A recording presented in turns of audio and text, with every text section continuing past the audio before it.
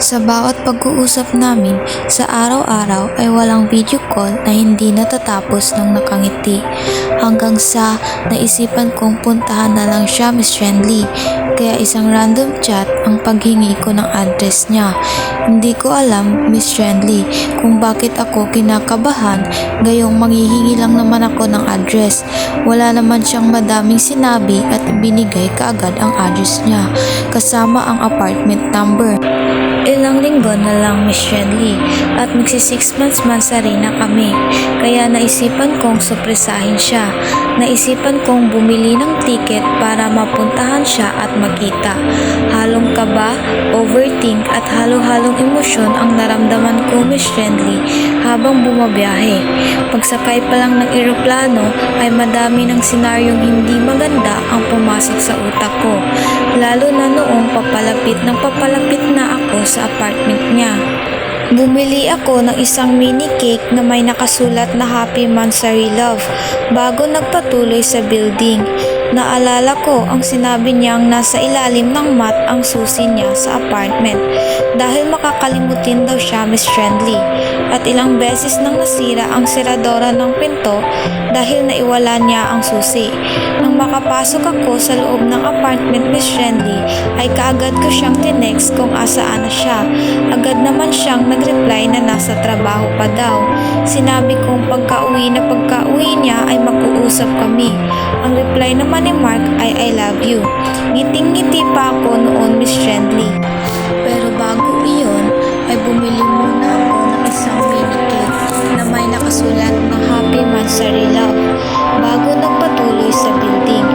Naalala ko ang sinabi niyang nasa ilalim ng mat ang susi niya sa apartment dahil makakalimutin daw siya, Miss Friendly, at ilang beses nang nasira ang seradora ng pinto dahil naiwala niya ang susi. Nang makapasok ako sa loob ng apartment, Miss Friendly, ay kaagad ko siyang tinext kung asaan na siya. Agad naman siyang nag-reply na nasa trabaho pa daw. Sinabi kong pagka-uwi niya ay mag-uusap kami. Ang reply naman ni Mark ay I love you lang. Ngiting-ngiti pa ako kasi hindi niya alam na nasa apartment niya lang pala ako. Nag-minimalist design din ako, Miss Friendly, sa bahay. Parang dama-dama talaga ni Mark ang surprise ko. Para akong baliw na nag-aantay sa kanyang pag-uwi. Hanggang sa marinig ko ang pagbihit ng seradora at nang tuluyan na itong mabuksan ay malakas akong sumigaw ng surprise. Kaso, ako pala ang sorpresa. Hawak-hawak ang kamay ng isang magandang babae na may dala-dalang sanggol. Masaya silang nagkukwentuhan, pero nang makita ako ni Mark ay para siyang nakakita ng multo. Hindi ko alam, Miss Friendly, basta bigla na lang tumulo ang luha ko. Ano to, Mark? Sino yan? Ginawa mo ba akong kabit? Galit na usal ko kay Mark. Nagpaliwanag siya, Miss Friendly, na dapat ay sasabihin niya ngayon na hihiwalayan na niya ako kasi pwede na uli siya umiskor sa kanyang misis. At ang babae naman ay parang hindi nabastusan sa sinabi ni Mark. Tang ina ka, ginawa mo pa akong kabit, ano ako, side hustle, putragis ka. Iyon ang huling salitang binitawan ko bago ko hinampas si Mark ng cake. Sabay alis, dala ang gamit na dala ko kanina. Pero tila wala siyang paki at hinayaan ako. Umiiyak ako, Miss Friendly, habang sumasakay ng bus. Nang mismong araw ding iyon ay napagdesisyonan kong bumili ng ticket pa uwi. Hindi ko alam, Miss Friendly, basta bigla akong naiiyak tapos tatawa na naman dahil siguro sa sakit na nararamdaman ko.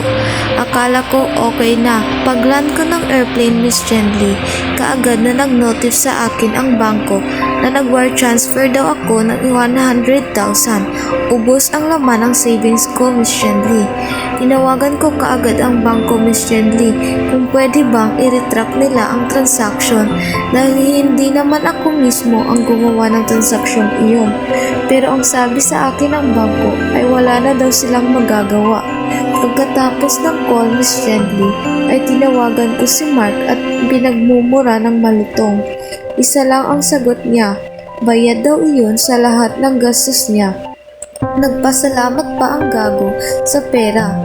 Pina-freeze ko na lang ang bank account ko, Miss Friendly, at pinagbo-block si Mark sa lahat ng aking social media account. Kasabay noon ang pagbabago ko ng password ng account. Matagal akong naka-recover, Miss Friendly, at nagkaroon pa ako ng anxiety at depression. Buti na lang at mayroon akong maunawaing magulang. Nang gumaling ako, Miss Friendly, ay napagdesisyonan kong mag-abroad na lang at magsimulang muli. Naisip ko, pera lang naman yun at kaya kong kitain muli. Hanggang dito na lamang po, Miss Friendly. Maraming salamat sa inyong pakikinig.